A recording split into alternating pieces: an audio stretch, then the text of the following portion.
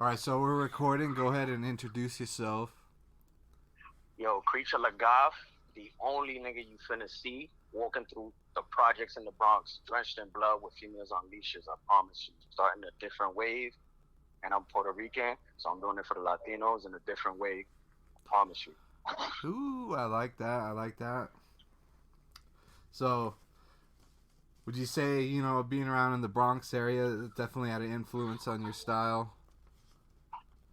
Yeah, nah, of course, definitely, because like I'm a Puerto Rican. I was a Puerto Rican poor kid that grew up in the projects, having to eat like fucking when we ain't have meat, we had rice and eggs, you feel me, with ketchup on it, like Yeah, struggling and yeah. shit.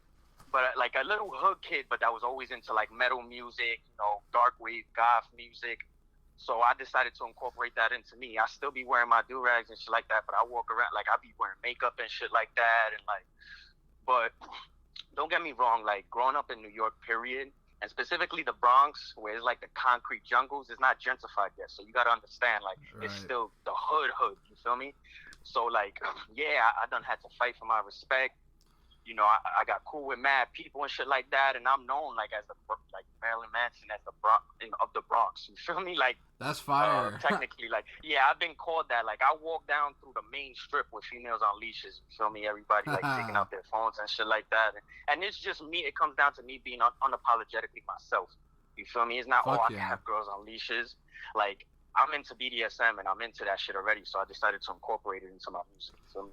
Fuck yeah, man. I love that. So, like, yeah, I love that fusion of the hardcore shit, the gangster shit, the Bronx Yeah, shit, yeah. the goth, the new wave. And then that was another thing. So like I grew up on like hardcore music, punk music, and like metalcore and like deathcore music. So I also decided like when I started rapping and doing all that, I incorporated that into my music. You feel me? And I grew up just like a crazy Love in the it. hood. Like I that's love it. basically what it was. You feel me? Like I fucking love it, man. So, where do you want to see yourself in like the next 5 years? What's the ultimate goal? I want to see myself as one of the biggest trap metal artists out of New York. I want to be playing for thousands of people and shifting consciousness globally. You feel me? Touring, having a good time, and just living off my passion and doing what I love to do, which is music. This is like eating for me. Music has helped me to speak better, think better, feel better, communicate better. Um, and my life is music. So I just want to be touring good, living good, and shifting consciousness globally. You feel me? Because there's a deeper agenda than just, oh yeah, I make music. Yeah, yeah. So in the next 5 years, I see myself doing that, touring globally, shifting consciousness, and just face fucking stages around the world. Love it. I love it, man. So, I've heard a lot of artists who make music, that people mosh to. When they're making the track, they envision the mosh pit and which parts are really gonna start the mosh pit. Would you say you could relate to that? 100%. Like even when I started making my music, like I started like I would have slow like I would put 808s and all of that, and like have it be a trap beat, and then have like guitar riffs and all of that. But I purposely make certain parts slower to sound like a breakdown. Yeah. So I know, yeah. So like I know live it's gonna be slower. It's gonna sound heavier, and it's gonna make people want to not only like push pit dance, but like hardcore dance. You feel me? So I wanted equal like I wanted both. You feel me? I wanted both, and as well as like I have songs that I separate the crowd. You feel me? And I have them do a wall of death and shit like that, and run into each other, whatever. So I definitely went into this thinking like, I want to have certain parts of my music where it's like, breakdown worthy and mosh pit worthy. So yeah, I definitely understand that, and I agree with that. Fuck yeah, dude. So, like, would you say when it comes to the music, like, what's going through your head? Like, what feeling do you get when you look out there and you see that whole crowd doing a pit? Like, what's that feeling that you get? Me personally, like I deal with like mental health stuff, like I have like really bad depression and really bad anxiety. Yeah, me too. I'm really bad social anxiety. When I'm on stage and when I'm making music, I feel most like myself. I'm able to fully let go and just live in the moment and Be a different enjoy animal. life. What happened? Be a different animal, right? Yeah, exactly. You transition into something different, you know, which that exists within us, but like, you know, music helps that to come out more. You feel me? And I just feel Yeah. most like myself, and I'm able to let go, you know. So it feels beautiful, you know, the energy, the euphoria that I'm getting from the crowd. You know, there's nothing like it. You know, sometimes I'll literally put the mic down and just look at them while they're fucking bugging the fuck out, you know, and just take everything in and appreciate the moment. I had to learn how to appreciate the moment. I had to learn how to appreciate the first downs rather than always focusing on the touchdown. Yeah, If that makes exactly. sense. Yeah, exactly. Yeah, I relate to that for sure, man.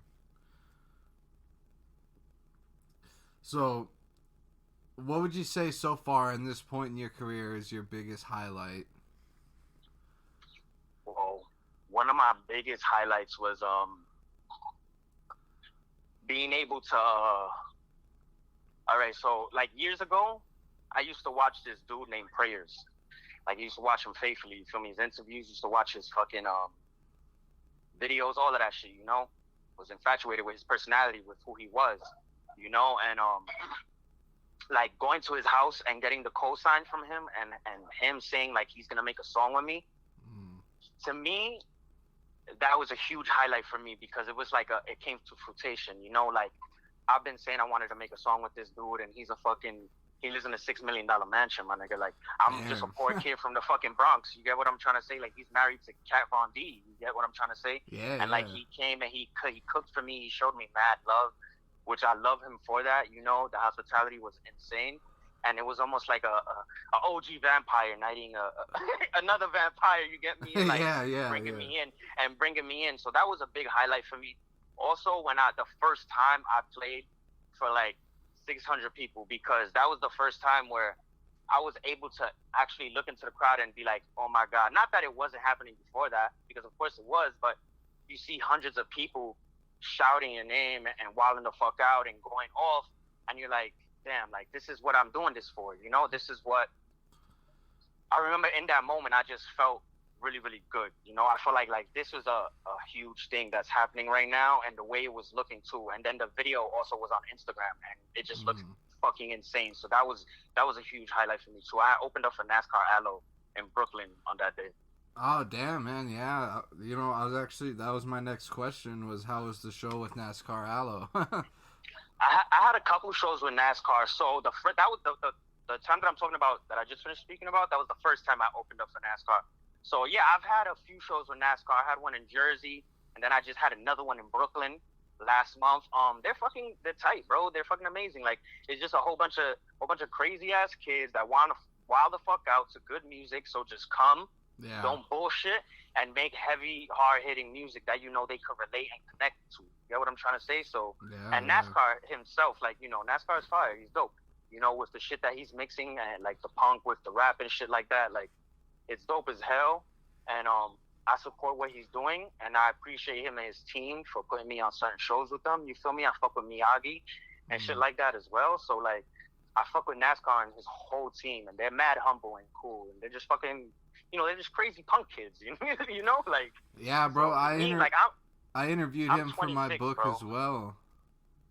Oh, that's fire! That's fire! Yeah, And then bro. another time, a group I was with opened for him, so I totally know what you're saying. Yeah. He's fucking wild, but that's what it is. You know, that's what people want to see. That's what they want. You know, so like, yeah, I love it. Hell yeah, man. So how do you come up like with a track? Like, do you write down your lyrics and then the beat comes, or like, how does the process go? No, so what I do is I'll have people send me beats and I'll write to the beats. But I go to the studio with all my shit written out, and it's also like I practice magic.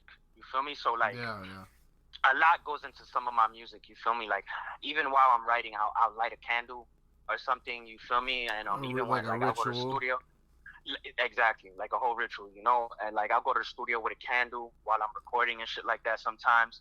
So yeah, like I take this shit serious, and my process is I usually just write everything down, and I go into it with the idea of, okay, this is gonna be like a spell. You feel me? Like I'll even be speaking in Latin for ad libs, like underneath. You get what I'm trying to say? Right. So I incorporate so much different things into it, but for me, going into making music is not always, oh, I want to make a hit. It's, I want to enjoy this. I want to make something that's going to be impactful, that's going to be heavy, and that's not going to stray away from who I am. You know, so that's my idea going into all the studio sessions that I go into making all the music that I make.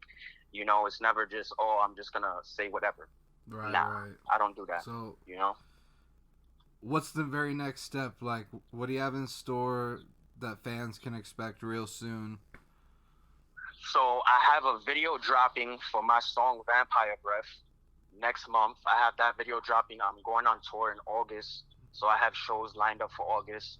I can let you know all the dates and shit like that as well within the next like 2 weeks. Sweet. For that. But yeah, so I'm going on tour in August, and I have a video dropping next month, like I just said, and just look out because I'm gonna have a whole bunch of fucking shows lined up for next month as well in Brooklyn. I have shows lined up in Brooklyn right now, but you know, I'll be state to state and shit like that, so you never know. You know, watch out because I'll definitely be state to state. You feel me? And like I said, in August I'm going on tour. So awesome, man. Well, thank you so much for doing this. And the last question I have is just for you to let all my listeners know where they can find you. Yes, so you can add me at Kreaturelagoth, Goth with 3 H's at the end, and Creature K. So Kreaturelagoth on Instagram. I'm on all streaming platforms as well. Just type in Kreaturelagoth on YouTube. You can find all my music videos. And yeah, so all of those handles right there. You can find me. All right, well, thank you so much for being on, man. Hell yeah, bro. I fuck with you, bro. It was nice talking to you.